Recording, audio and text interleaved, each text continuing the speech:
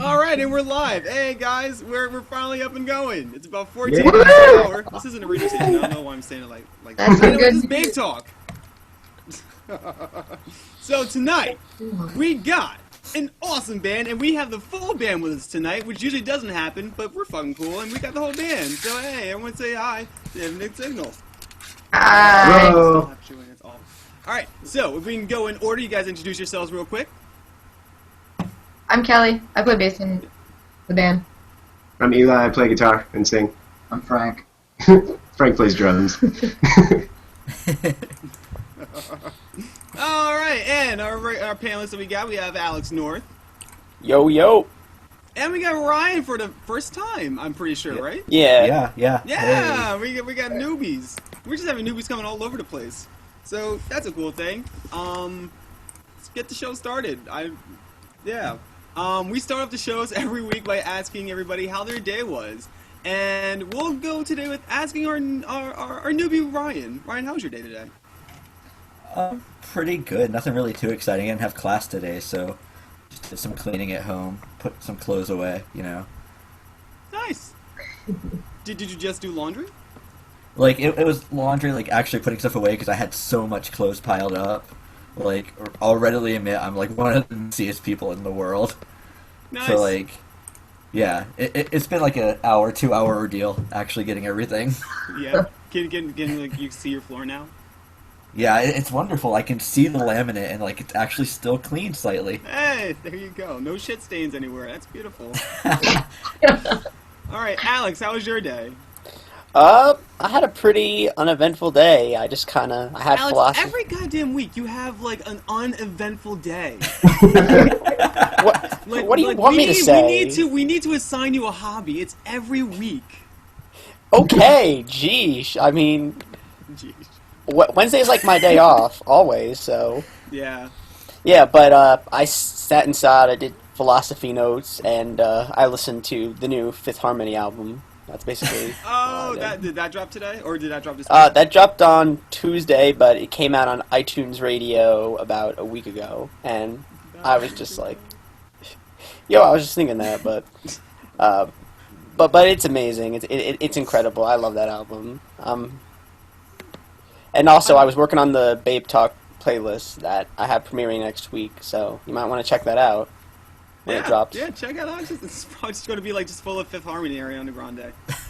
No, I only made sure I put one song of each. That's fine. And I mean, like, I know you get you'll get shit every here and there, but like, at least you're a proud fan because like I was definitely a closet like Fifth Harmony fan for the longest time. I've seen them like way too many times than a 6-foot black kid ever should. Ashley, I actually saw them at the mall. I remembered that. Mall show. Yeah, she tweeted at me. She's like, yo, there's so many tweens here, and I'm like, tell them that I love them. And she's just like, and she just like creepily took a picture from like the second floor, just like down, taking a picture of them. You took a picture of them at the mall. That's fantastic. It's like you're not in the crowd. You're just like looking down at them. Yeah. Like not with the rest of the kids. So, we got a cat. Oh, we don't have a cat anymore. Okay, cat's gone. But so, hey guys. What? What? Hi. I'm sorry. What'd you say? Oh, I said she's gone for now. She'll be back. Oh, okay. Yeah, I like cats. How was your guys' day? Any one of you could go. We could start in any way, shape, or form. How's your day? Pretty good. I'm glad to hear it. I mean, no. You had 2 burritos. Yeah. Oh. Where'd you get the burritos from? Taco Bell. Taco Bell. So, I'm pretty tired right now. I think we all did.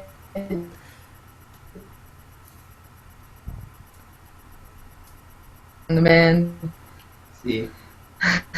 Oh wait, you guys froze. We weren't able to hear what you said. I Thanks. don't think they can see us. Frank's the very talkative one in It's this very band. funny. I just see nothing, and I just hear like after dead silence. I don't think they can see us. It's like a Our game with computer- some sort.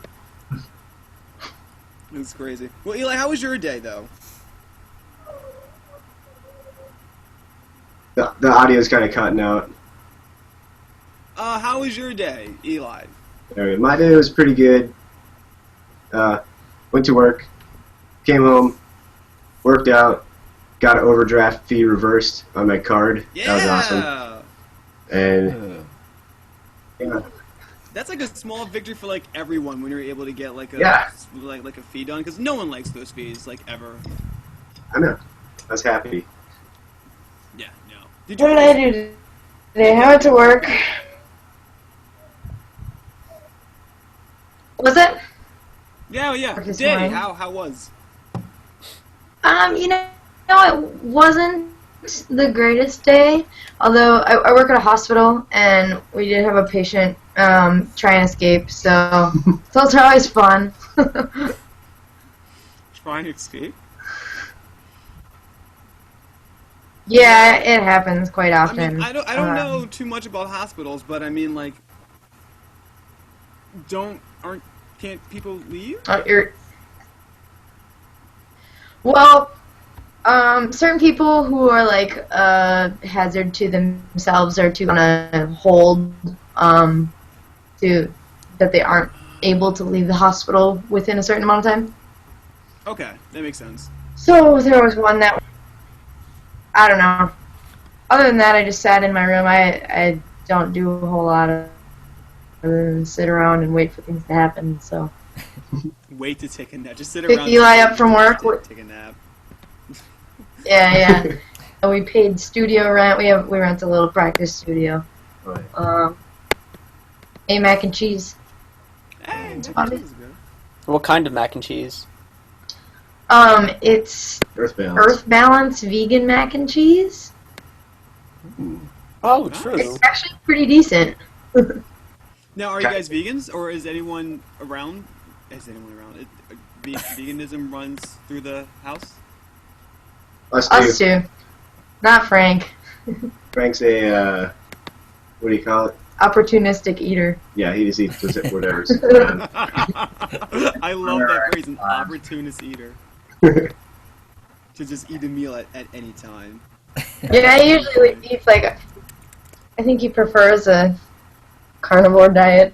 He But- eats his meal, and then he eats whatever's left of my meal, and then he eats whatever's left of Kelly's meal. That's fantastic. It's like a human garbage disposal, but like in a positive manner. What's that? I said so. He's like a human garbage disposal, but like in a Yeah, positive yeah. No, not in a positive manner. Oh, it's not. Damn. It's just not a good thing. No. Yeah. But, That- I know friends. I know friends that are like that. Like we'll go out to eat and like just staring at our pizzas, and like there's this one friend in my circle that never eats his pizza crust, and there's one friend that will always eat, but for whatever reason he gets like really mad when he asks him for it. Like, we know that this will happen. Like we'll go out to eat, we'll go to get pizza, and then like John's like, "Oh, are you gonna eat that slice? Are you gonna eat the crust?" And he just stares at him. He's just like, "I guess." And they're like, what do you do with it? Like, why would you get upset over that? And it's every time. Like, it's a recurring thing, and no one's called them out on it. And I'm like, whatever. You know, I guess that's their dynamic. I mean, we're all good friends, so hey, sure, why not? So, let's jump into the rest of the show. This week, we have another War Tour announcement, and I believe Alex North has the details on that, and we'll pass the show off to him for a quick time. Yeah.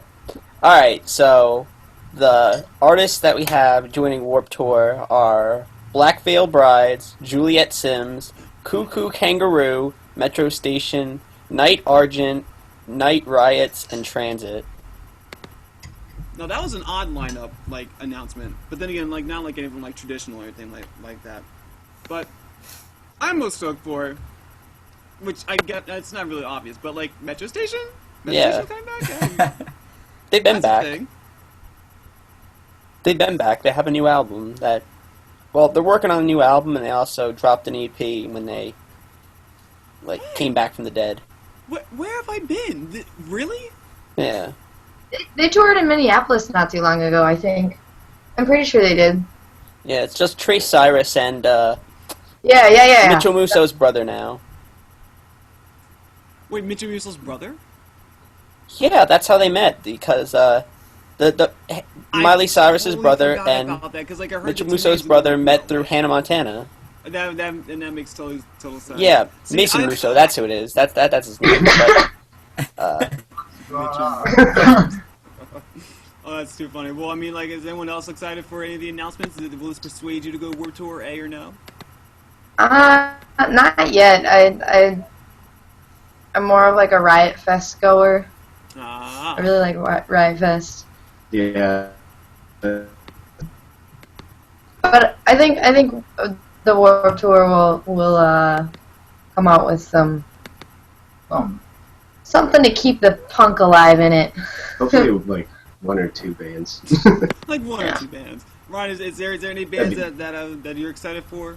Or is it like... I mean, the past, whatever announcement it was with the Wonder Years is obviously, like, what had me stoked anyways. Yeah. Got you stoked? You get stoked on it? I got stoked on it, so stoked on it. I God didn't damn it. realize that today when I was making a post. I was like, Infinite Six is going to be on the show. Get stoked on it. And I was just like, man, I am, like, wondered out. Like, I saw them last night. Kids are like, get stoked on it. So now, like, stoked has worked its way back into my vocabulary. Did you see the trailer for that secret show?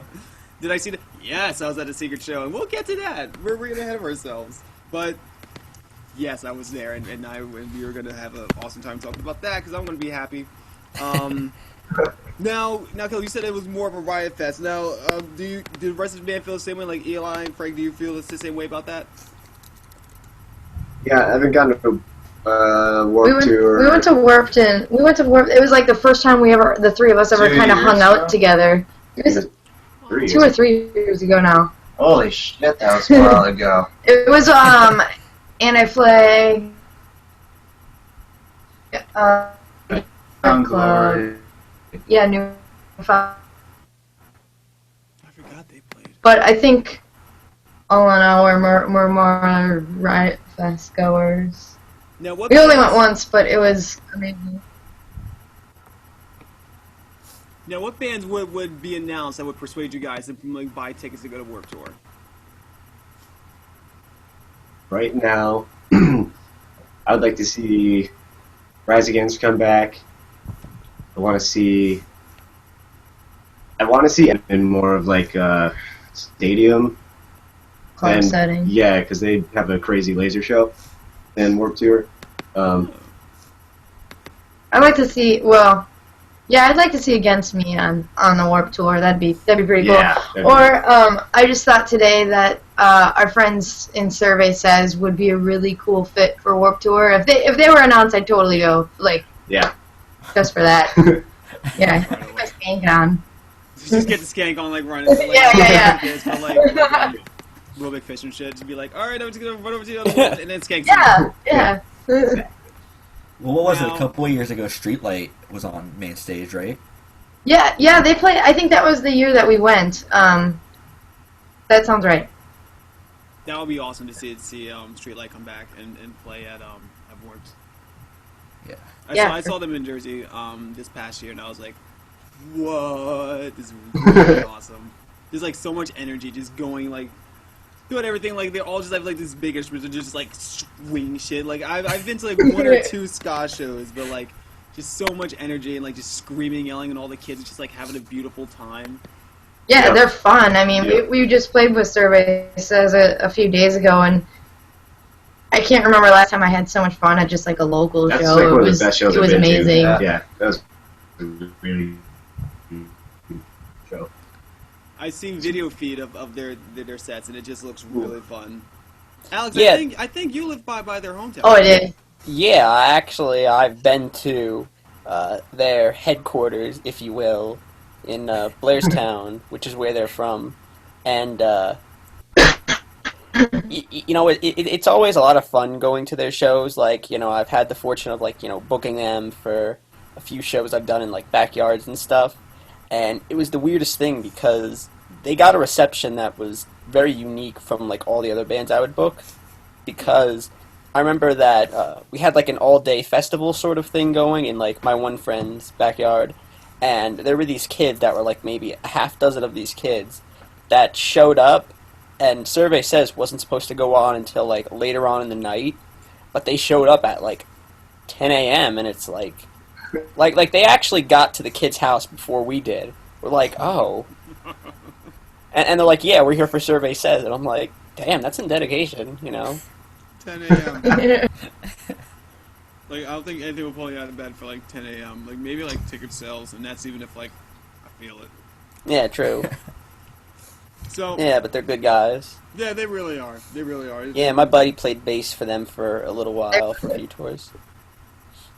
So. Phil, you guys say what? I think we lost him for that. But anyway, the next subject that I also wanted to go into, there's no real segueing into this, especially how, like, there wasn't a real, like, warning that Facebook gave us.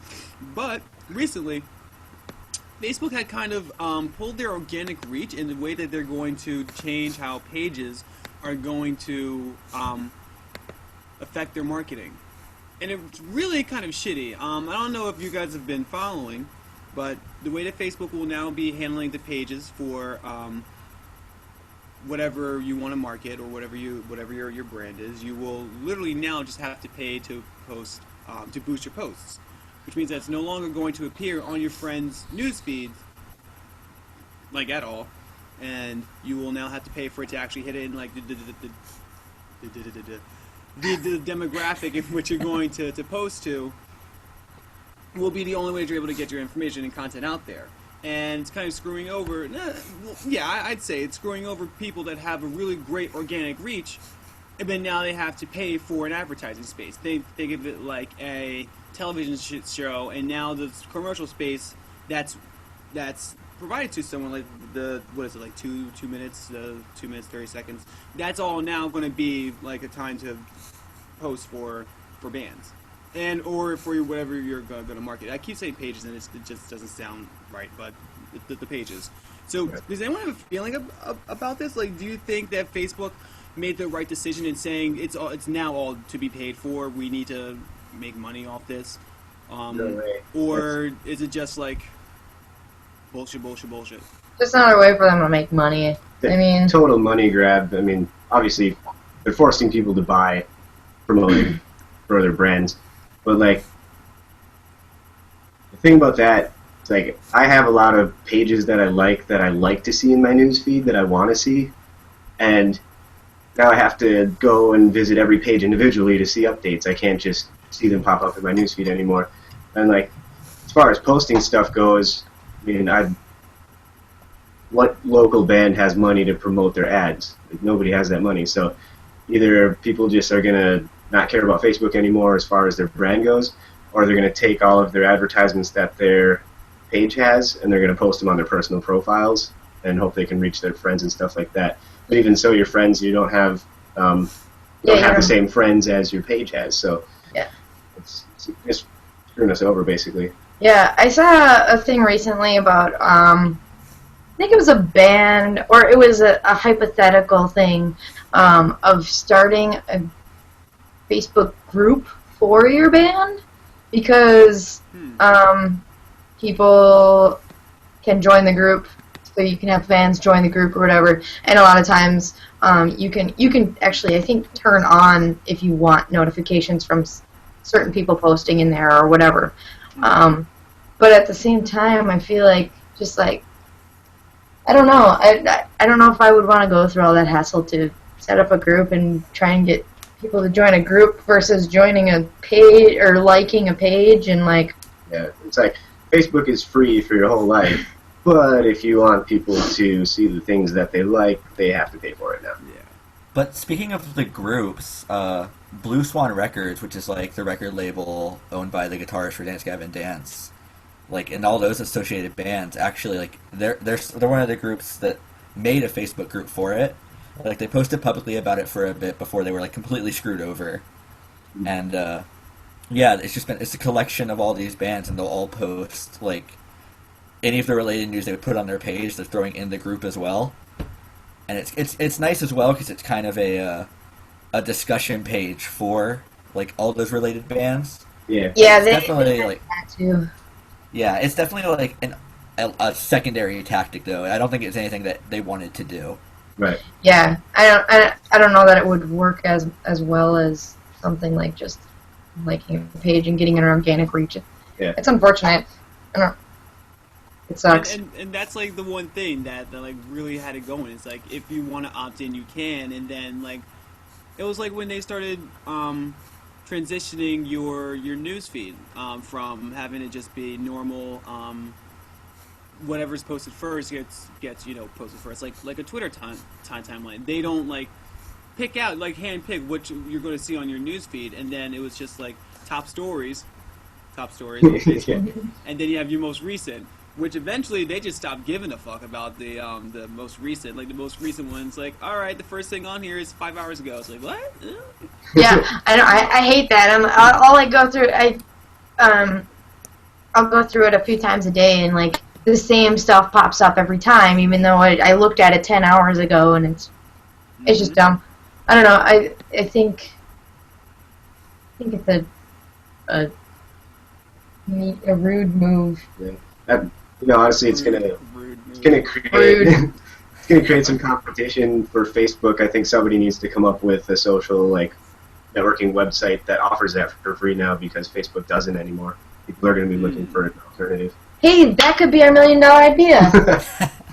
We called it. It's hard. You gotta get your, what would it be? It'd just be like a beacon, spotlight for bands. Yeah. Something like, I don't know. I also saw someone, a band recently posting about, hey, since we're getting screwed over on Facebook, Instagram and Twitter are kind of the new things. Follow those primarily. But the thing is a lot of people, even though likes mean nothing on Facebook, because you can buy as many likes as you want, or you can be a shitty band and still have 50 likes because you don't focus on just promoting your Facebook page. Crap, I don't know where I was going with that. Well, you guys are saying that Twitter and Instagram might be the new outlet. I mean, I don't know if I don't know how well it would work, but it's gonna get. It's tough because everybody has Facebook and not everybody has Twitter and Instagram, and Facebook is the easiest medium to reach people on, because when they're bored at work or at home, they'll just pop up their phone and load Facebook and see what their friends are doing. Look at Facebook. Yeah, it's literally incorporated in people's lives, and so now a huge tool that essentially can be part of your life is just now just totally revamped, and it's just a money marketing tool at this point. Yep. And they're trying to pass it off as being user friendly. They're saying, oh, people don't want to see certain things. So I mean, I don't know. Mark Zuckerberg was asked about it, I think, in the article that's been passed around, and he's like, oh, we want to make it more about the users seeing what they want to see, as opposed to it being marketing and stuff like that, which I call bullshit on, just because you're literally investing. You see the sponsored posts you see the sponsored posts pop up in the thing, you see stuff for stuff that you'll never go to, oh, so and so's plumbing supply. It's it's why do I? It's why is this appearing? And it's oh, because you liked this one page that had something to do with this, so we just assumed Mm-hmm. Yeah. And the way that they do their advertisements too, let's say if you go on eBay and you look up one item. I hate that. You can go back to you'll go back to your Facebook page, and it's there 7 different times. So it's just I saw that I couldn't afford it, so now I'm going to look at it some more and still be sad that I can't afford it, and now I'm going to have to go. It's creepy, is what it is. It's creepy. Yeah. Yeah. The way that the internet works is very odd, just in general. And now it's just we're going to take over everything. Literally, just put it everywhere. It's just all right, I guess that's cool. That's totally fine, guys. It's all data.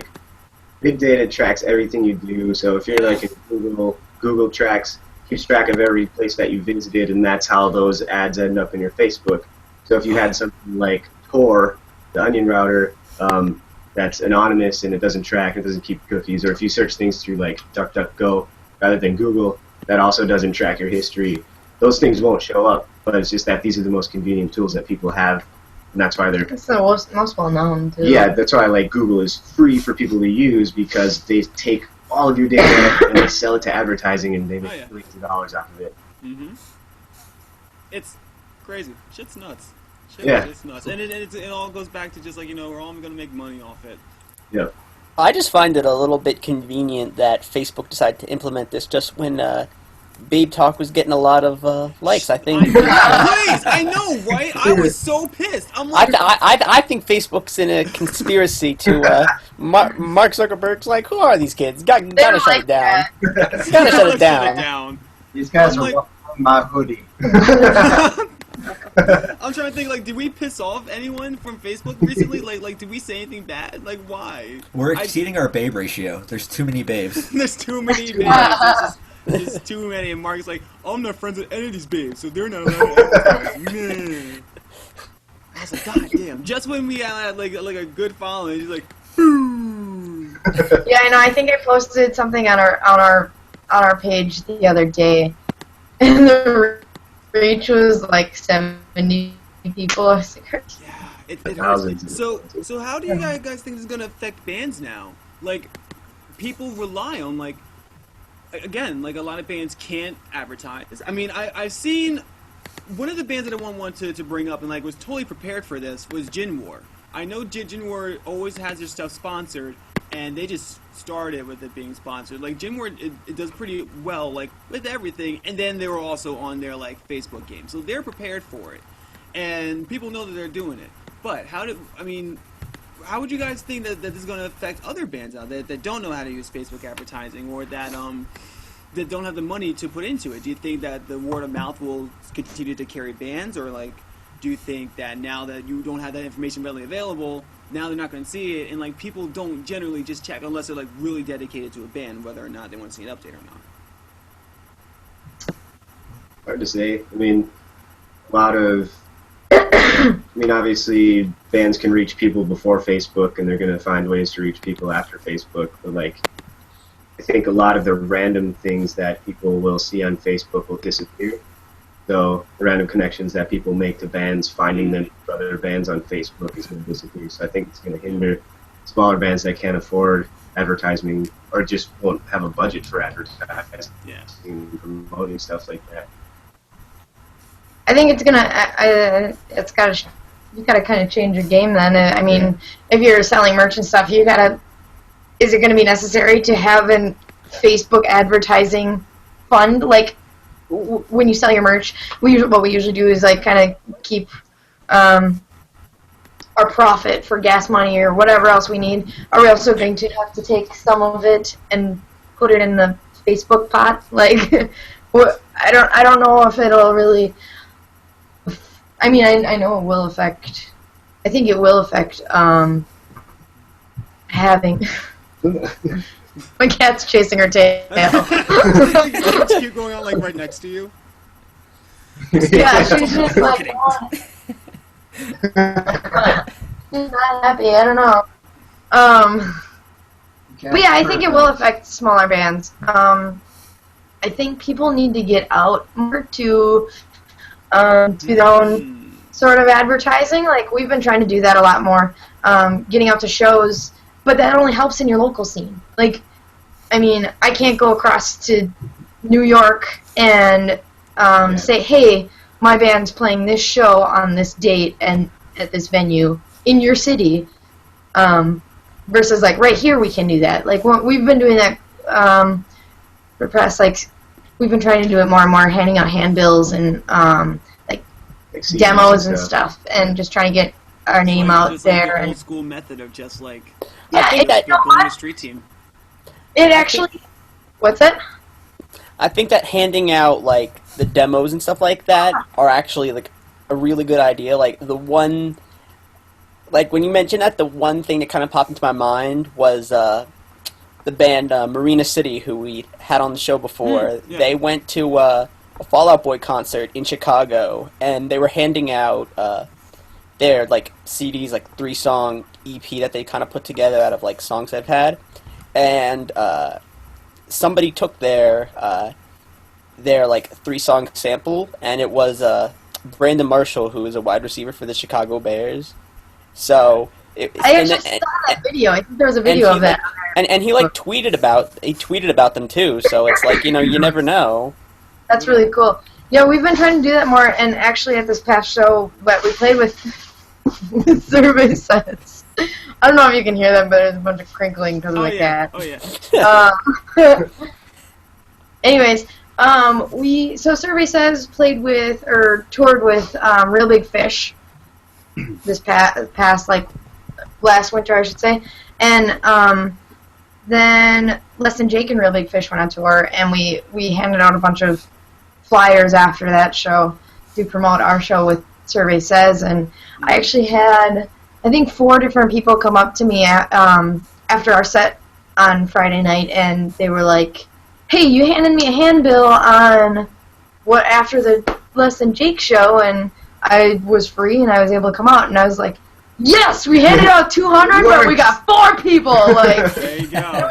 It was exciting. It was kind of sad, and then he was like, "Oh, good, we're at 1.01%." Like, We hand out 20,000 flyers, we'll get like 400 people. yeah. But I think it's a good start. Like, people want that face-to-face interaction. I get so sick of seeing like Facebook invite after Facebook invite after Facebook invite. Like, it's cool, Yeah, but at the yeah. same time, I want to see you out at local shows, and I want to see people out after bigger shows handing out stuff. And like we were, I don't know, it was pretty cold that night. I think it was probably 5 degrees outside. We were like sitting there like, hey, Frank come to the just show. had a sweatshirt. And Yeah. it's freezing. I was nipping pretty hard. Hard working. Yeah, so I mean, I think the face-to-face stuff will hopefully increase more. I would like to see that. Yeah. I like But the incorporation of like street teams. Yeah, that too. We haven't really. I mean, We should actually I've look into never that. been a part of a street team. I don't think. Have you? Yeah, and like not many kids have. I mean, like it's like joining like a fan club. It's like you just hear of it existing, and like you'll have like a friend that will do it, or like one friend that like does the street team stuff. Yeah. It used to be big back in the MySpace days. I know that Because like you needed them. every band had a street team, and they had like, you know, I swear you said you were on like a Zebrahead street team or something like that. Tyler is in the Lincoln Park Underground. Oh, okay. Whoa, sick. Hey. Yeah. We're old. Yeah. He's old. Nice. Oh, it's bad Eric's on this show. it's actually his birthday today. Eric's our resident dad. Happy birthday. Happy birthday to He's not you. here. We can still sing from Happy Birthday to you. Oh, but yeah, that was actually really nice. I'm gonna send him a message and be like, "Hey, Eric, we're wishing you a happy birthday because you know you're not watching, so we're making." Oh man, so we'll jump on to our another subject real fast because I still think this is kind of cool. Apparently, Sir Paul McCartney and Kanye West are putting out a collaborative album together. That's a thing. Yeah. That's really? Really? Yeah, I didn't know that. see- Yeah, I know, right? That is a thing, and it will be happening. I mean, I knew I heard about was he on a Kanye song or something like that? Because I saw that recently. Yeah. Okay, yeah. I heard about that, but I didn't hear the actual. Yeah. Yeah. Yeah. To be honest, I'm not really sure if it is like an album they're collaborating on. I just know that they collaborated on 2 different songs. They collaborated on a song for Kanye's new album that the song came out like on New Year's Day, and then they collaborated on a song with Rihanna that's going to come out on Rihanna's upcoming album. So I don't think that they're like gonna, come out with like a collaborative album, sort of like how Kanye and Jay-Z did like Watch the Throne, but it's still cool that they're working together. So It might just be like Paul McCartney trying to branch out and like kind of keep True. up music relevancy. That's very true. I don't know why I was thinking you were gonna go like, yeah, I'm just gonna try and get the rap crowd. trying to get the rap crowd. Yo, Paul McCartney, he's just gonna stand outside and just be like, yo, fam, listen to my mixtape. Oh, that'd be too good. But the question that I had for everybody was, what are your like top collaborative albums that have came out? I know Ryan said that he was prepared for this question. Yeah. the Jay-Z Linkin Park Collision Yes. Course. Oh yeah, I was gonna Like, say that album is a top album of all time. that album was Listen to really Fucking good. Frappuccino. That was perfect. It was so weird, like how well like both songs have. Like, I think there was only like one song on that album I really didn't like, but like every single song they had put together on it complemented each other like very fucking well. Like, I really don't have a song I don't like on that album either, honestly. Like, everyone I honestly think flows so well, and like the synergy between them is perfect. Yeah, very, very, very much so. pretty sweet when they play it live too. What? Yeah. When they collaborate live, the Linkin Park Live in Texas, they do an encore. They start with encore, I think, on that concert. What? That's awesome.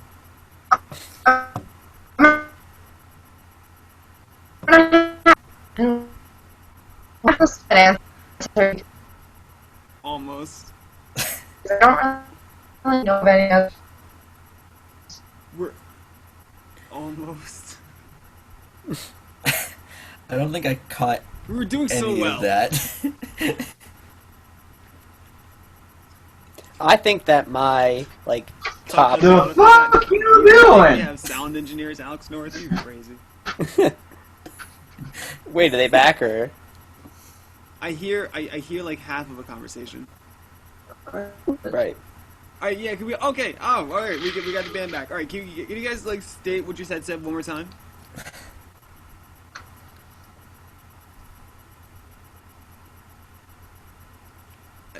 What? Hey, there you guys are. After all that, it's just like what? What? We lost you for a good part of the conversation. Can you reset what you guys had said? As far as collaborative albums, I don't know of any other ones really that I'd pay attention to at least. Yeah, same. Alex, you got one? Oh, it has to be Lulu. Like, of course. Like, what a great album. The Metallica Lou Reed album. What? Of course, I'm not being serious, but that album was atrocious. But Alex throwing shade. Oh shoot! Yeah. Now we can't have Metallica on the show. Alex, Yeah, you we can't- ruined all the bands. God true. damn it. True. But in all seriousness, I'm gonna pick another like Jay-Z collaboration album, which is Watch the Throne. Yeah, That was that a good one. yeah, I love that album still to this day. I mean, it And I seems mean- like two rappers just like at the peak of their career just go. Well, no, Jay-Z is nowhere near his peak. I am lying my ass off. But Kanye though, like just like between all the tracks that the different producers have laid out for them, like I honestly don't like new Kanye all that much, just because like it's like you have like in the beginning of Kanye's career rapping, and then you have like it's like watching like your friend going from District 13 to like District 1 and just like not recognizing who he is anymore. That's a Catching Fire reference, and I really hope that was deceptive. But like he did like a total change though. Like Kanye was like a real rapper, like kind of like doing his shit, and then like all of a sudden he's just like going real artistic and like kind of like I don't even know what to explain the style. Being I artistic. hope this is. You don't have to worry about that, Steve. No, thanks. It's aesthetic. It's aesthetic rap, Like, Kanye will forever be my fave. So I love Kanye. Kanye West is really good. I just don't understand like what happened between like Graduation and fucking like it's like it took like a really weird transition because it went like Graduation was like the last like traditional rap album. Then 808s and Heartbreaks was like, all right, niggas getting soft. Like kind of like Drake. He went Drake for a little bit, and then just did like a he did Drake total- before Drake was around. He did Drake before Drake was a rapper. He did Drake when Drake was still in Degrassi. He was still rolling around, More to high. Oh, now I'm quoting Drake. I need to stop listening to Drake. But yeah, just a change is weird. So, change is weird. And that's how I feel about Kanye. Oh, also speaking of like collaboration, although this isn't an album, I like a song that I've been listening to a lot lately. That is like collaborative song, Bedrock, which is like all like the Young Money people. God. Oh my god! It had Yo, Gouda on it.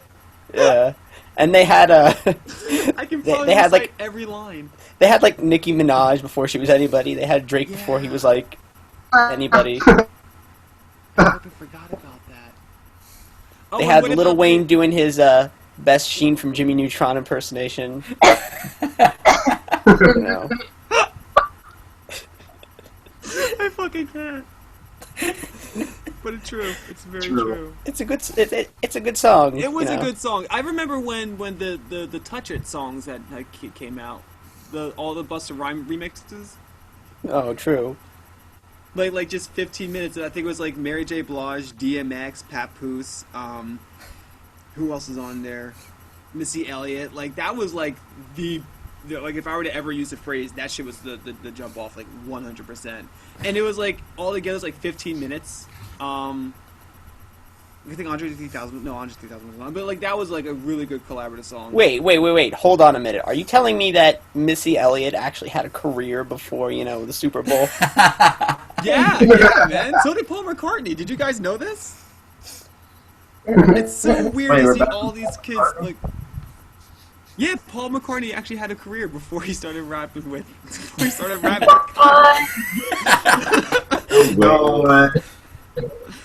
It's just so weird to see I don't want to say like musical ignorance, but like it is like all the kids. Like, With the man, Paul McCartney thing, though, it was like kids were like trolling other kids. Basically, it was like No, that would be like if fucking oh my god, of course I forget his name right now. From Queen were to do a song with like Eminem, they'd be like, oh what's his name? I can't. you mean Freddie Mercury? Freddie Mercury? Thank you. Freddie Mercury's not alive anymore. No, I know, but like if he was and did a song with Eminem, kids would be like, oh, like fucking Freddie Mercury's gonna blow up thanks to Eminem. Like you can't. Oh yeah. You can't. Yeah. do that. Elton John did? Yeah. What song? I have no fucking idea. What song did Elton Elton John. John do with Eminem? He did Stan live. Yeah, yeah. I think He did a it's song him. with Fall Out Boy too. No, he wasn't. Yeah, he did. No, shut up. That album doesn't exist. Just that album doesn't. That and American Beauty, American Psycho. Shout out to Carly for writing such a positive review. Because I don't think anyone has anyone listened to the new Fall Out Boy? Oh, as I'm wearing a Fall Out Boy t-shirt. No. Fucking hate this band, man. I've heard some. Now, how did you like the new album?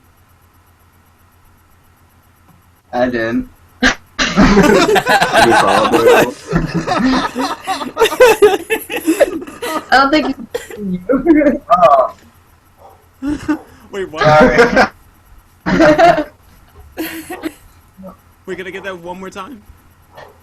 I think we're lost again. Oh, I said, see, I thought, I said, how'd you guys like the new album? And I thought he said, I didn't.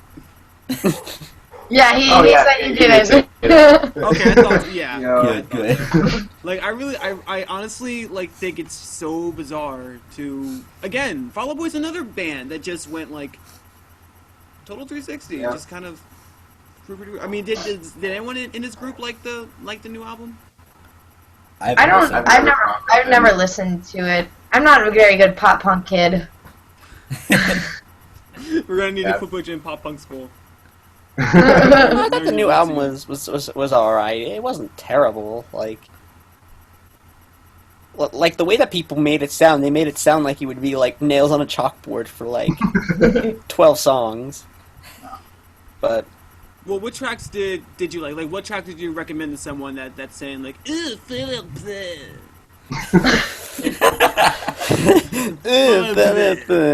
So what tracks would you recommend? Anybody that talks like that. that's a good question, Just honestly. like whenever you're, like talking bad about a band, you just be like, "I hate Bison." I That's think exactly how I sound when I say I don't like a man. I think Jetpack Blues was the one that I liked a lot. I'm not really sure, but like, because I only listened to it once. Full disclosure, but I didn't like it that much. Where I actually went back and listened to it a second time. I was just like, that's enough for me, you know. That's it. That's all the Fall Out Boy, American Psycho, American Beauty quota I can take. It's on a player at Hot Topic, so I'll just be working and like I'll be in front of a customer and like have like a really nice conversation with them, and then one of the new songs will come on, and like I just get pissed. And like, they just get like so confused. Just like, oh, did I? I'm just like, no, it's not you. It's not fucking you. I'm sorry. It's not you. It's song. Like, oh. So that's the thing. All right, so I'm pretty sure that's about all we have on the docket. We covered a bunch of things. So now we're gonna jump into our interview, which we will be giving to Infinite Signal. Everyone say hi to them. Hi. Hey guys, hey. Now the way that we do our interviews is we have Alex and we have Ryan. They will be asking questions. I myself will also be asking questions, and we'll go in a nice, decent line that I have here, which is going to be Alex and Ryan and then me. So, but before we kick it off, if we could get a like a general overview of your guys' band, that'd be pretty cool. I don't think I've asked you guys in advance for that, but you guys can just kind of give like a brief history or a brief overview of who the band is, what you guys have done, your parents' names, social security cards. It all started when I was born. No, I was kidding. That's the best way to start everything. I was playing in this pop punk rock band from freshman year of high school, 2007, and then we went from basically we lived in this really small town, Fergus Falls, Minnesota. Is there already cutting out? It's cutting out-ish. It's doing well. Okay, cool. So we went from Fergus Falls, and then we decided that we were going to buy a van and just drive west. And we drove, and we ended up in San Diego. We didn't really have a plan, and then things kind of scattered apart from there. So I moved back to the Midwest to save some money, and then I decided to start a new music project, which is Infinite Signal. And I just kind of wrote a bunch of stuff by myself to actually start a band, to fill everything out and start playing shows and stuff like this. And then I put a bunch of like internet classes. That's when I'm on bandmix.com, which is like basically a Craigslist for musicians. And then I auditioned with him.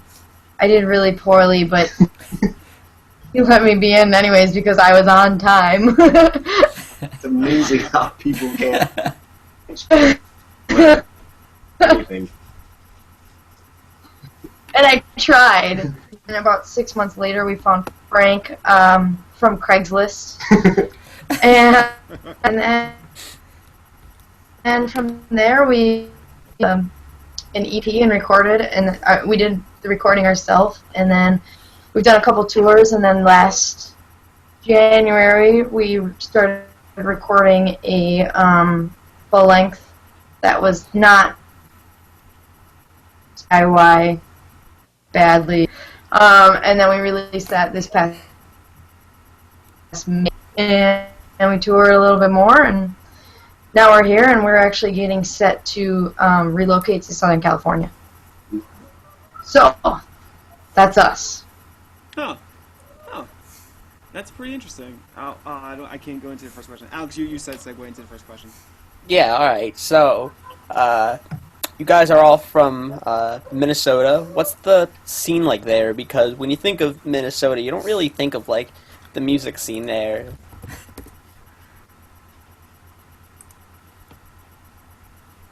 Oh, Alex, you offended them. I offended them into silence. Everything's, like, glitching. Yeah. Everything's glitchy, so you can't hear anything. Everything's awesome. But now it sounds, I think it's okay. Okay. Alright.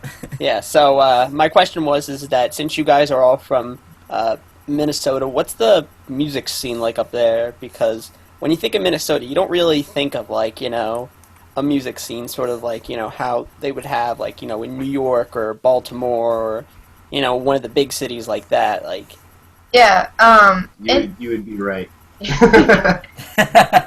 Yeah, you know, in Minneapolis, actually, the scene that's really, really thriving right now is like this, like, emo kind of like, I don't know what you would describe it, like, it's just sad, I guess. I don't know. There are a lot of bands who are doing really, really well. Like, there was a house show this past weekend that packed in, I mean, on Facebook it said there were, like, over 150, Confirmed? 15 or something people confirmed. Like, the like, sadcore is just, like, thriving. And so is, so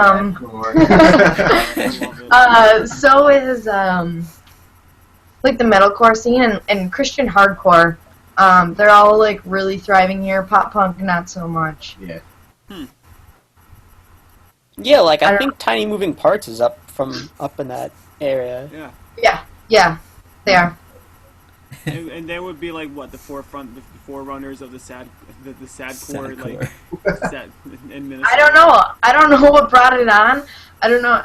It's there's a lot of bands doing it, and I mean, good for them because it's really working out in their favor, and Yeah, for here. it's definitely the place to be for it around here. I think I don't know how it is elsewhere because I don't pay much attention to that music, but when we go to those, I've been to a few of the shows, and it's just every kid is so stoked, and like they're from beginning to end, and it's cool to see.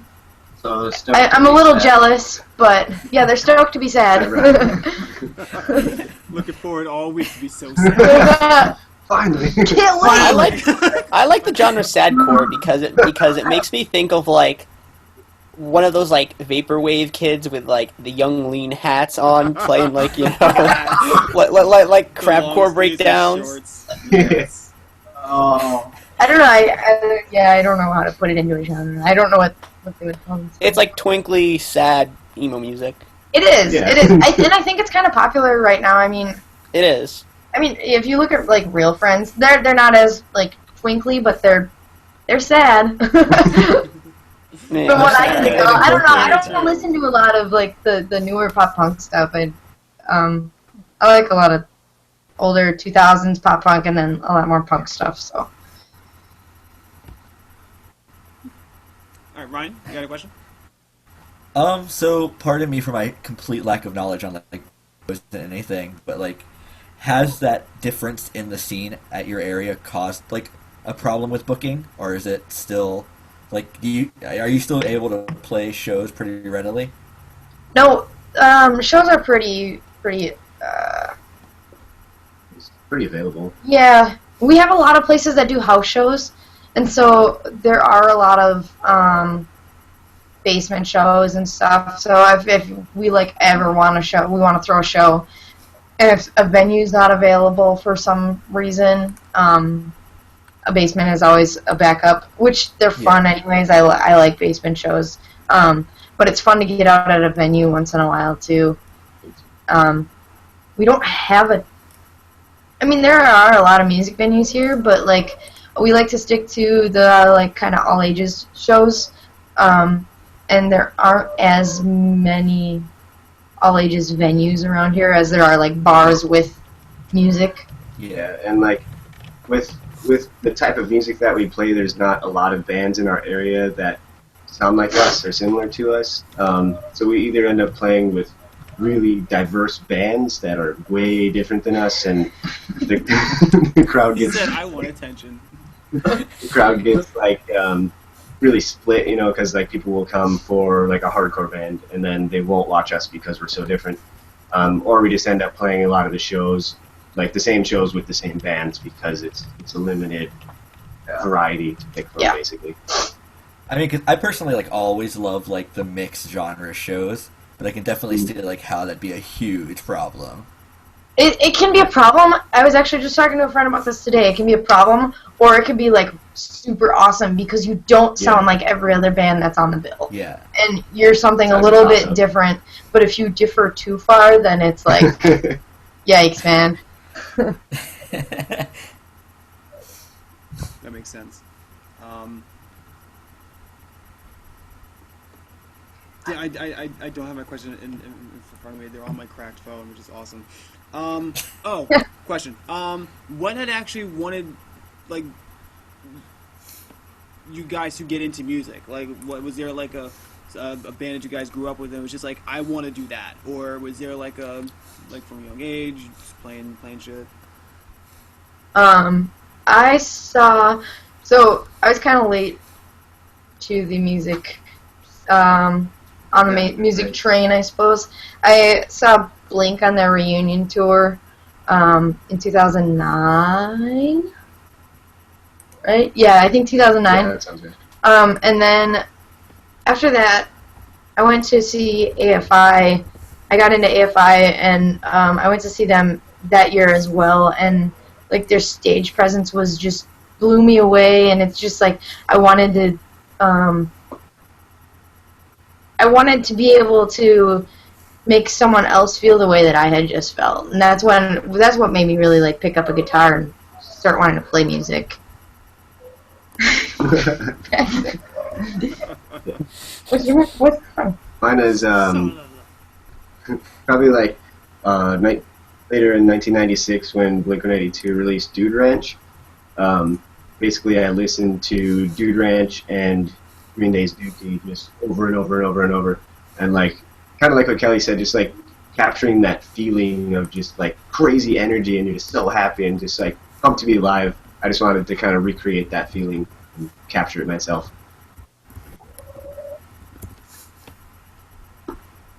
Frank, it's your turn. So, I don't know. I just wanted to drum because I enjoyed drumming so much, and But what got you into drumming? a lot of things. And my uncle played in a band, and he always took me to shows at a very young age. And you know, when you're a kid, what do you want to play? Do you want to play the strumming instrument? Do you want to play the little instrument, or do you want to hit shit? I mean, Obvious. I mean, Oh, strummies. They're all strummy ones.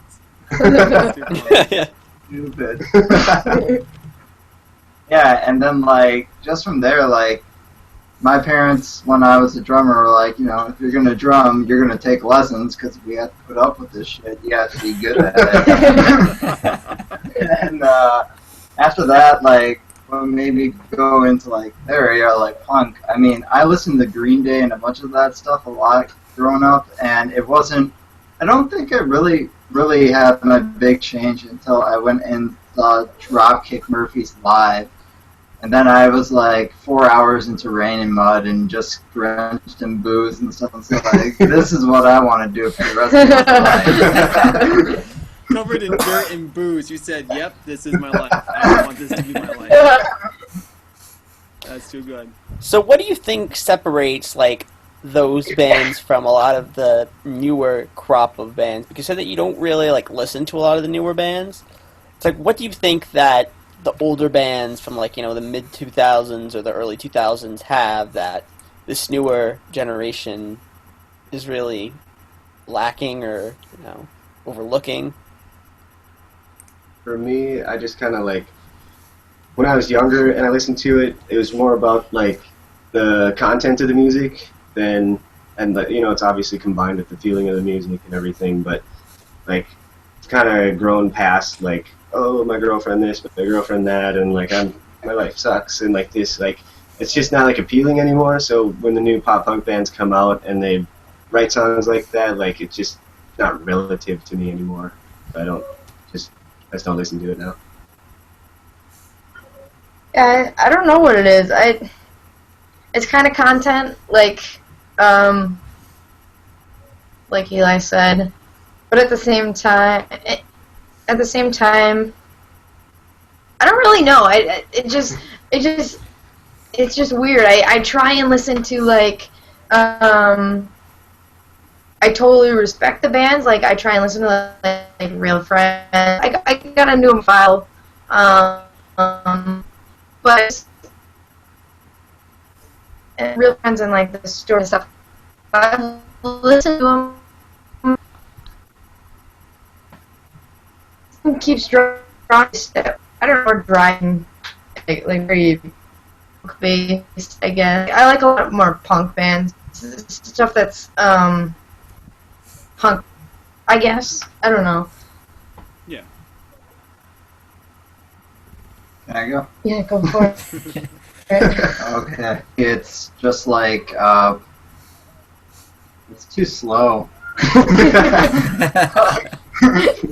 Frank's supposed to punch it like at all times. It's not like about giving the feeling of punking shit or anything. It's about that feeling of just like when you're listening to something, you just want to get up and run around in circles, fast out, and go crazy. You know, and then opens the door and you're like, I don't know what the fuck I was doing. I mean, it's that, and just like I don't care about content. I never listen to vocalists anyway. I mean, it's just and just like the length of stuff. Like it used to be, a punk song would be this 2-3 minute thing, and it would just be this straight shot, really fast driving force all the way. These crazy instrumentals, and it's become more of this kind of drawn out, slower thing that I don't like it.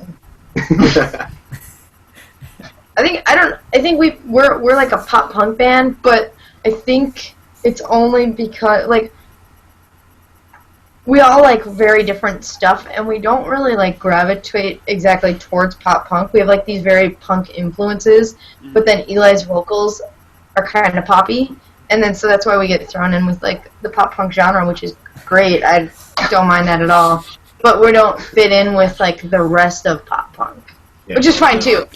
Yeah, I was gonna ask, like, what would you guys say, like, to separate you guys from, like, you know, other bands within your genre, or what different do you bring to the table than other bands? Well, we can't get Frank to slow down, so like, we're like, okay, Frank, we just want like simple. We want simple, like, just a nice simple beat, and he's just like, it's it's complex. Like, we actually have a few bands in our area that are also very good at that as well. We kind of fit in with them. I try to write content, a lot of different content, just stuff that I don't know, like more serious subjects rather than just like. A lot of pop punk right now is more on like relationships and like going through growing pains and stuff like that. Like I'd like to write.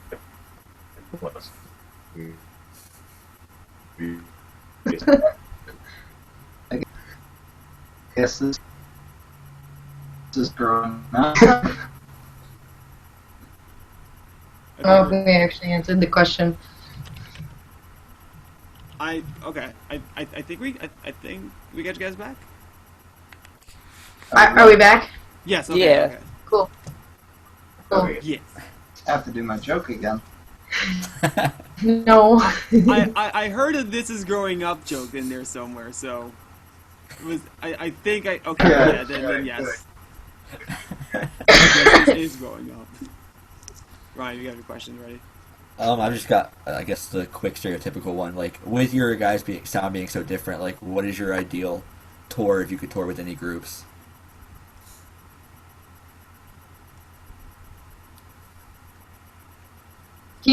Solo Get cut out. Just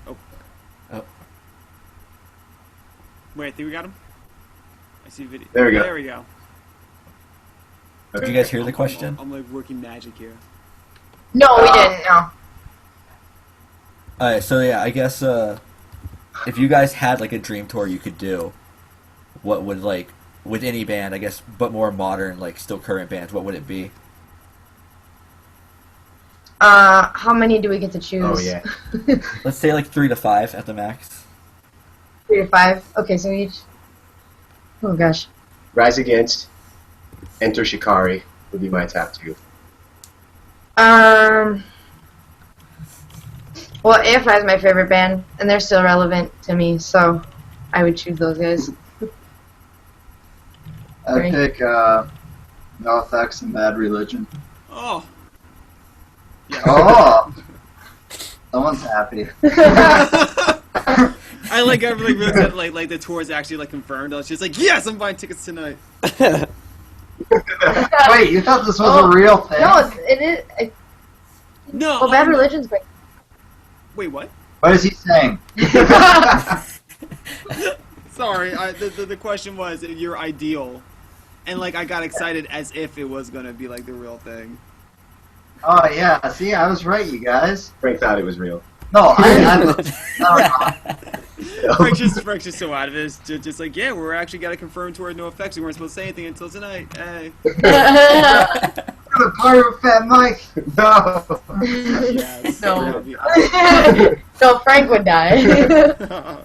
we had to get Pompo and the community college rejects on that show too. So you guys just shot a video for the Death of the Past. Correct. How was that for shooting a video? Because I watched a video a few times. I was just like, yo, that's like kind of fucking fun. Just like going into and yeah, I was just like kicking shit in. But like, what would you say that the song kind of correlates between the video as well, or is it like a different narrative for it, or how's the whole experience? Like, video, talk about. So what we wanted to do was take like the guy who was the anonymous guy, basically this group of people meeting up at a place, and people who have had things in their past that are on their records that are ruining their lives, but they really shouldn't. At first we threw around the idea of like eco-terrorists and like eco-terrorism. These people who... They're trying to change the world for the better, but it ends up reflecting negatively upon them. Yeah, and they get labeled terrorists when they have never hurt an actual person. They'll burn down big companies and stuff, but they make sure they do it meticulously so that like no one gets hurt in the process other than the business. So we kind of had that idea, but then we were like, I don't think our friends would be too keen on being labeled a terrorist, even though it's all fake. So everyone had like a past, and a past that was kind of ruining their present and their future when it really shouldn't have. And so the guy in the anonymous mask, or the Guy Fawkes mask, stole all of this data and has their files and basically brings them to these people, and it's just kind of like, here's everything, just now you can start over kind of thing. So I think it correlates with the song. Yeah, the song is basically like a metaphor of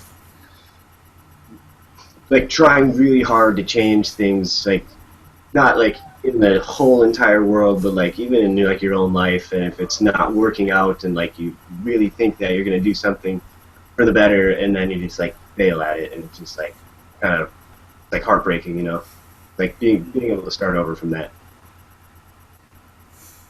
Now, the director that you guys had worked with, how was that? Like working alongside someone else to kind of like tell your story, or to tell a story? Which one have happened? For like the recording part. Yeah, because like it's an extension of your song. So now you have this new person that's coming in. How was that experience working with an outside person? It was really good. Like I was really scared of there being too many like producer style changes where our good friend Xander was helping us do the recording. He basically set up the mics for us, and then I did the recording portion of it, and then I would send him all the file and mixing and stuff. So kind of worried that like it wasn't going to be mixed how I saw it in my head, and like You guys are a control freak. kind of so like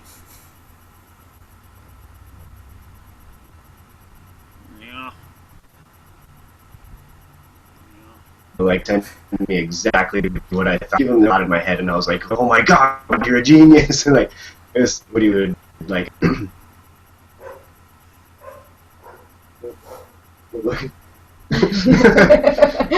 a cat behind us.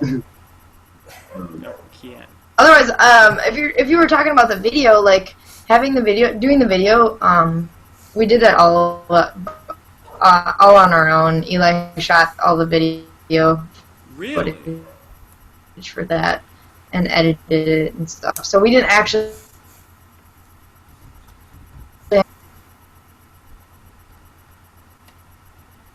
Him.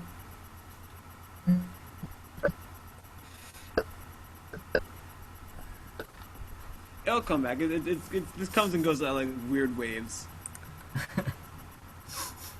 Video. Oh, I think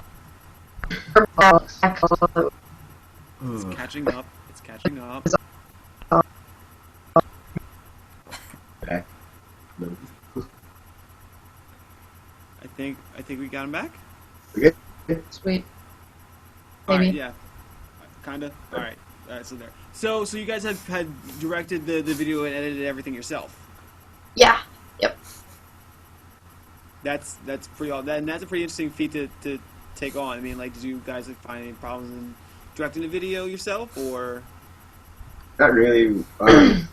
Originally, we were supposed to shoot this music video in an abandoned.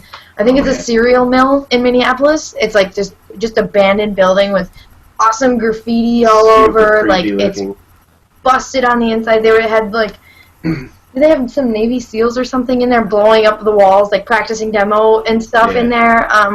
And Jesse Ventura does his conspiracy theory. He filmed part of it there. Yeah. So he films like there, and it's just like this really creepy old building. And we met with the owner, and he was like, "Yeah, you guys are good to go.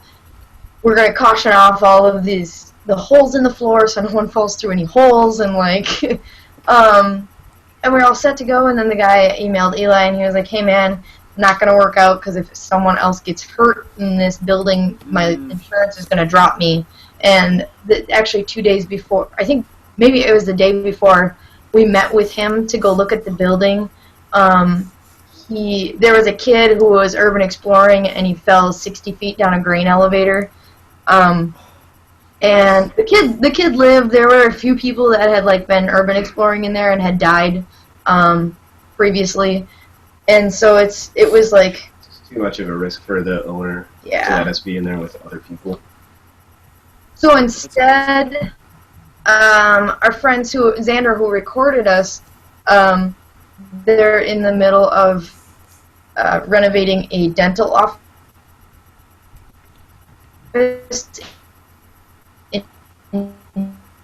into and hey, like, why don't we do it in there? We were like, sweet, and then it went pretty smoothly. Yeah. Actually, and once we got rolling, it was pretty smooth.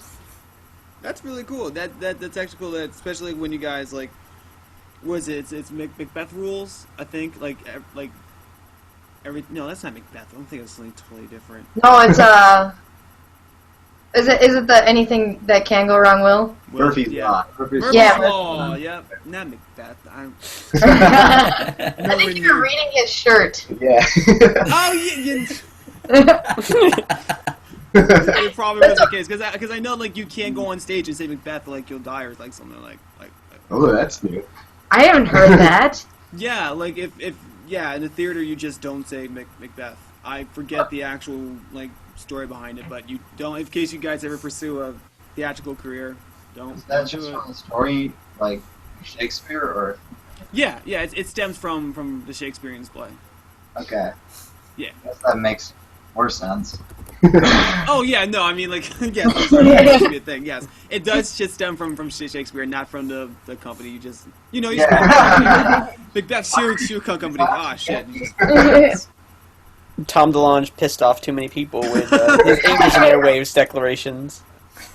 Oh man, how are you guys taking the Blink drama? I think it's just that. It's just drama. Like, I don't know. I think one of it was just you weird. Can see it coming from a long ways away. I mean, Yeah. since their hiatus in 2005, when they came back, the announcement was kind of like, hey, we're coming back, and it wasn't like as big as I thought it would be, and then it just kind of like slowly fizzled from there. Although Dogs Eating Dogs is like the greatest EP, but it's just been kind of, you can kind of see it coming for a while. Yeah, I don't know. It was just weird with like them being like, "Hey, he's done," and then him be like, "No, I'm not," and then it's like I don't know. It's just like, no, yeah, you are. It's just like It was way too much it was way too much drama. I don't know. Yeah, I was too just kind of over it by the time that everything was actually said and done. How old are those guys now? 40s. I think they're Yeah. 10. 45? Yeah, exactly. Yeah. But I am really excited. I would love to see Matt Skiba perform with Travis Yes. and Mark I for do a wanna Blink see that. show. Which will now have to happen. So that's so. Hey, Yeah. I think, are you going to try and go to that? I don't know. I want to try and go to that. I'm gonna try to move to California the weekend that happens, so I can catch that. I got totally lost in all the Blink conversation and just totally blanked on the question I just had. That's cool, man. well, if I can interject with my question then. So the move to California, what's kind of sparked that, and what are you guys going to try and achieve with this move? So, I have a brother and sister who live out there. Eli's lived there before. He loves it. I love it as well. Frank's actually never been out there. But Eli got a new job within U.S. Bank, and the job has it's kind of like, okay, he can keep his job. If Frank's on board, let's go, because really what it is we're a limit touring a year because of our work schedules. Yeah. So right now we try and do like weekend tours, and we'll do like a 2-week tour and get to like a coast or whatever. But like around here, if you want to do a weekend tour, you end up in like Fargo and Sioux Falls and Des Moines, Moines, Iowa. And Yeah. It's the scenes there. We love the people there, but Yeah. they're just not big cities. The only big city around us is Chicago, and that's still 6.5, 7 hours away. Yeah. Versus out there, you can literally tour California for like a week or 2 weeks without hitting like the same area within 45 miles, you know. So, and there's a lot of bigger cities out there as well. Like you can go to Phoenix and Vegas and San Francisco, like the Bay Area, and San Diego, and we can do a lot more touring and like playing out while also being able to keep our jobs. It'll be interesting now trying to kind of start all over. It kind of sucks because after we kind of decided that we would do this, we started having really, really good shows here in Minneapolis. Like that. At the same time, like it's exciting, and it'll be interesting to try and establish ourselves again. But I think we're gonna do it a little better than we did the first time here. So that's, I don't know. We kind of learn. we know more how to go about it now. Yeah. I mean, less reaching in the dark. It's more a structure of how to get better shows, you know. I was just gonna say because it's fucking cold here. That too. Frank used to work at the airport in Minneapolis, and last year our winter for like probably a week or two, it was 50 below wind chill, and You worked outside. you worked outside of the airport where there's no trees surrounding, like it's just wind, and like. Here's the kicker. I had a car that the heat didn't work amongst like everything else in the car. So he'd be like sitting there scraping the inside of the window because it would like frost over while he's driving. And Yeah. once we brought up Southern California to Frank, he's like, Done. No thinking, no second thought at all. Just like, yep, get me out. Yeah, Done, we're fucking actually, done. the three of us are actually going out there at the end of this month, and it'll be his first time out there, so it'll be fun. It seems it. It's exciting. It's also a little scary because, like you guys have said, like, you know, it's like starting over again. But like, Yeah. Yeah, I've made some connections with some people out there, and I think, well, it'll hopefully go well. I'm excited to get out there and kind of check out the local scene and all that kind Yeah. of stuff, so. You guys Yeah. know Vegas is not like that seems like it would be a kick-ass thing. Well, Yeah. at this point of the show, we are going to play one of your songs, and of course, me being the responsible host and everything, I never got what song you guys had wanted to showcase. Oh, So you we guys get want to rock, paper, scissors for it? three-way rock, paper, scissors. That will be fantastic. this is how we solve our problems. We did this at practice the other day, trying to figure out what song to Yeah. put in a set list. That's great. What are you doing? I don't know. I don't care. Should we do faster or Death of the Past? You want a song that's like they're both the same.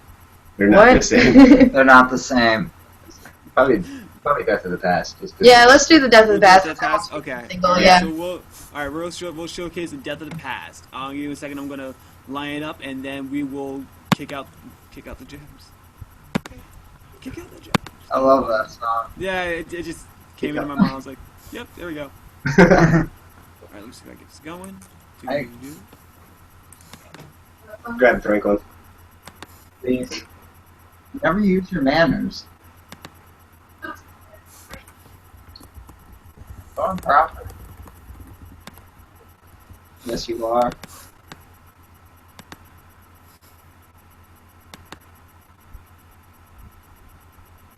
So how about that weather?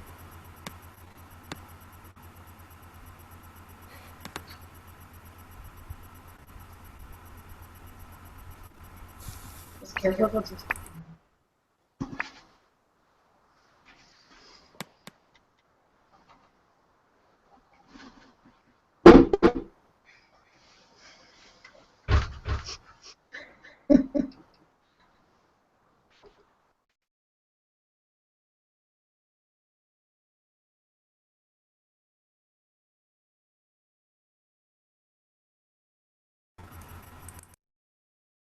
It's coming. It really is. Should have had this prepared.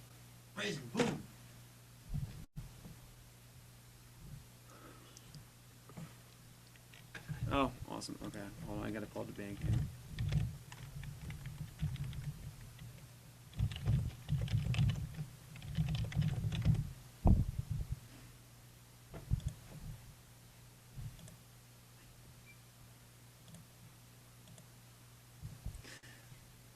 So I'd like to bring up that the official slogan of Babetalk is professionally unprofessional, and I don't think there's any better of a time to showcase that than right now.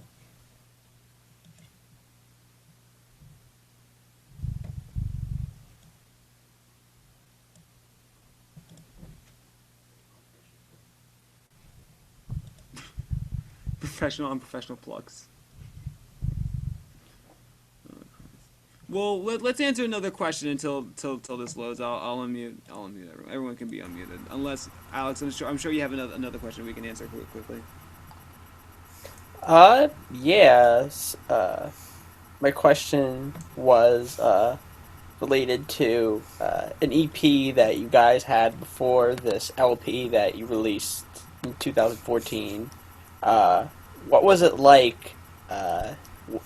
Recording the EP versus recording the LP, was there like a big difference, or was it a very similar experience? It was similar in the recording process, but in the whole experience, it was a lot different just because we self-recorded and mixed that first EP. Well, Eli did it. I didn't have any part of doing it. But Then the second one, it was just like, it was actually kind of, I was going to be stressed out about having a time limit on recording, but the way we did it, we actually just rented recording gear, and then Xander engineered the mics and set everything up for us, and then said, just record it like this, and then send me what you got. And then we just had like all the time in the world, so it was actually pretty easy recording it. And then mixing. Obviously, we weren't doing anything. We would meet up once every week or once every 2 weeks and go over the stuff that he had mixed, and so much better for me not to have to mix that. Yeah, we give him ideas or what we want changed or this or that, and he did exactly what we wanted to and more. And it was a really easy process once we were done with the recording stuff. Yeah. Versus with the Hey Kid EP, the recording went well. Other than we had to redo the drums on that one. But then afterwards, it was just like he was constantly trying to get this EP to come to life. It was like really stressful doing all the mixing and stuff because I'm not even that good at it. And trying to make it like what you hear in your head versus what comes out of the speakers is really hard to do when you're not like a student of mixing and mastering audio. Just a little. But I mean, like you guys did a fantastic job doing it. So I mean, like, hey, kudos to you. DIY to the bone. Till I die. DIY till I die. All right, so now we have the song up. We're gonna play "The Death of the Past," and it's gonna go well, and y'all are gonna enjoy it. Because I said so. All right, I'm gonna play. To where I started, back to where this all began, when I felt I had the future of the world within my hands. But something's come to take it, something big and something old, that has been around for ages and it's quietly at home. Deep in darkened shadows where we never dare to peek, and those that pierce the veil will be trapped in hide and seek, forever being tested, getting close and feeling threatened. For the lack of better words, we are grown where we are destined.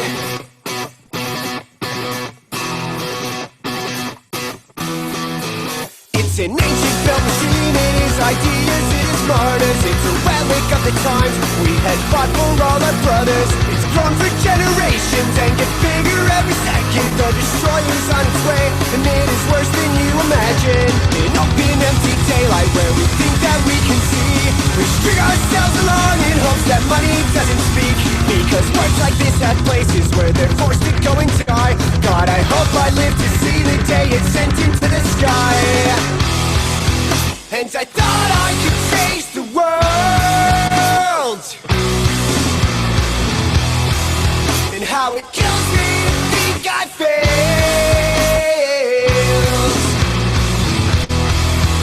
And I thought I could change the world, and how it kills me to think I failed.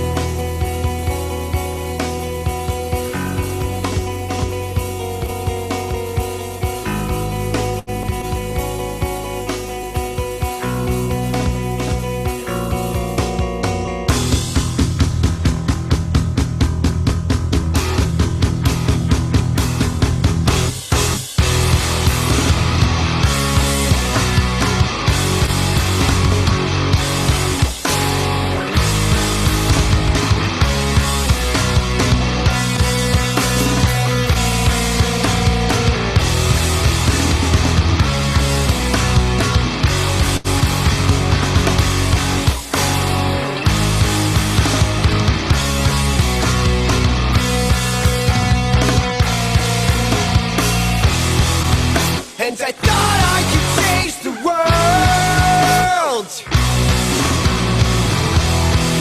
and how it kills me to think I failed.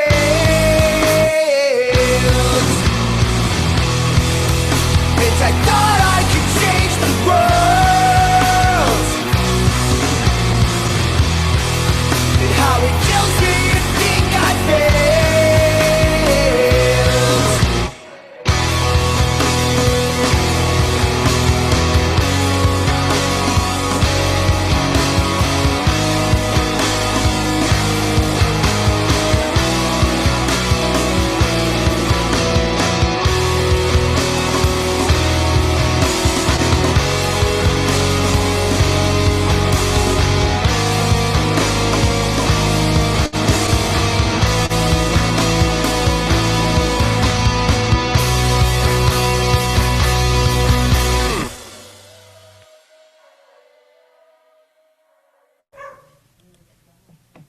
And there we go. Nice.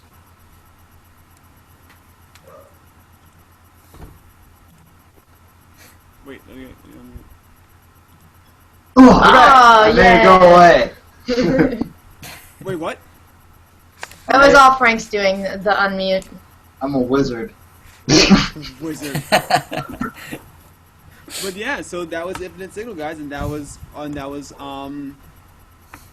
that doesn't pass. I don't know what's wrong with me. I totally blanked. So that's literally right in front of my face. But yeah, so that's pretty much how we do Babetalk, and that's been show. And it's been such an awesome time to bring on some up and comers onto the show, and hope you guys had a good time. Yeah, it was awesome. Thanks for having us. Yeah, absolutely. So, is there any other plans that you guys have like up your sleeves or in the work that we can divulge to our fans and your fans mostly? We're just working on new music right now. Yeah. Secret And new music. Frank's doing a lot of Miley Cyrus drum covers. Yeah, man. That actually isn't a joke. And Nicki Minaj and... And Iggy Taylor Swift. Azalea and Taylor Swift. When I'm bored, I just listen to stuff and go, wow, this is terrible. I wonder if I can make it sound better. That is beautiful. Yeah, that's awesome. Tomorrow we can definitely showcase something of it because that's kind of cool. That's just like a Nicki Minaj and a Conda junk. Yeah, that's the one. All right, you know what? We will showcase that tomorrow on Babetalk on our social media. But yeah, so that's the show. We're very glad to have you guys on the show, and if you guys have any new news, any new anything, Babetalk is at your disposal. So just let us know, and we will let everyone know because cooperation. Oh, man. Words. Words and They're Teamwork difficult makes the dream sometimes. work. Teamwork That makes is the dream work. beautiful. That was so Alex North coming made me in clutch. hungry. So is that. But alright, this is where we're gonna end. Signing off for Babetalk for Alex, Ryan, and myself. Guys, again, thank you for coming on the show. Thank you Thanks. for having us. Absolutely, and we'll see you guys next week. I don't have the list here, but we will announce And a on sage. Monday. And a sage, yeah, and guy's name is Unprofessional. Unprofessional. Hey, we'll make an announcement on Monday. Thank you guys for listening. Thank you guys for coming on the show. We'll see you next week. Thanks, Good night, man. guys. Thank you. We're gonna... Jacob.